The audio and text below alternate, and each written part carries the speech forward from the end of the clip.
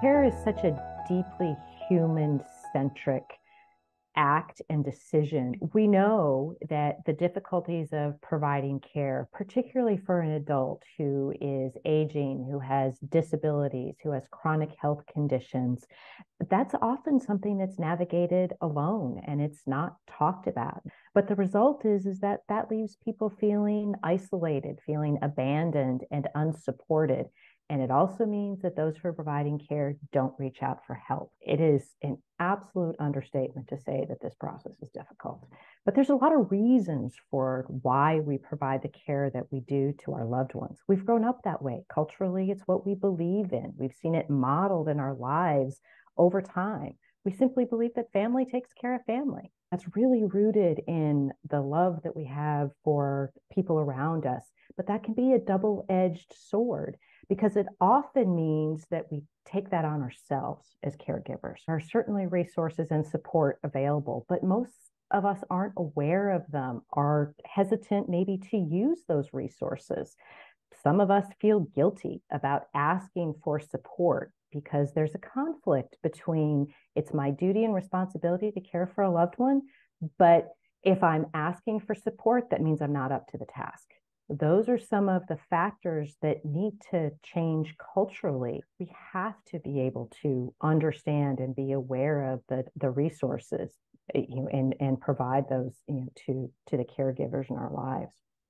The three things that have made the biggest difference to me are the ability to have a flexible work arrangement. So if that's possible for employers, that flexible ability is really important for caregivers to balance if we can.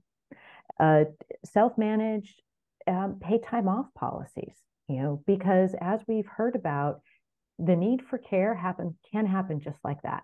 But I don't think we can ever underestimate the importance of a supportive culture and supportive colleagues. I couldn't do and Nicole couldn't do what she does with any of us without colleagues who say, I get it. I'll be there for you because someday it might be my turn. And that supportive environment. Probably four areas where we could each, there's real opportunity for us each to engage and make a difference. So first, as just people who love other people in our lives, know that this is going to be a reality. Start to think about it, start to plan for it, learn how to have conversations about it. Do it before you have to, because it's important. That's about, wishes and contacts and directives and what will happen if. Uncomfortable, critically important.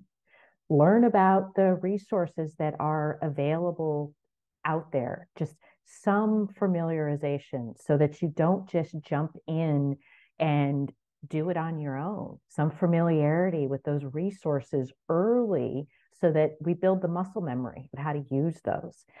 Strategize. Think about this as employers.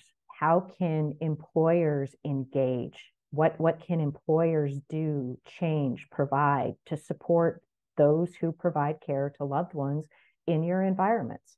And then, of course, there's the engaging in advocacy. This is going to affect all of us. This is an important issue that we as individuals and as humans engage in and support, the advocacy efforts that are happening, in a variety of organizations to create a better way than it is now.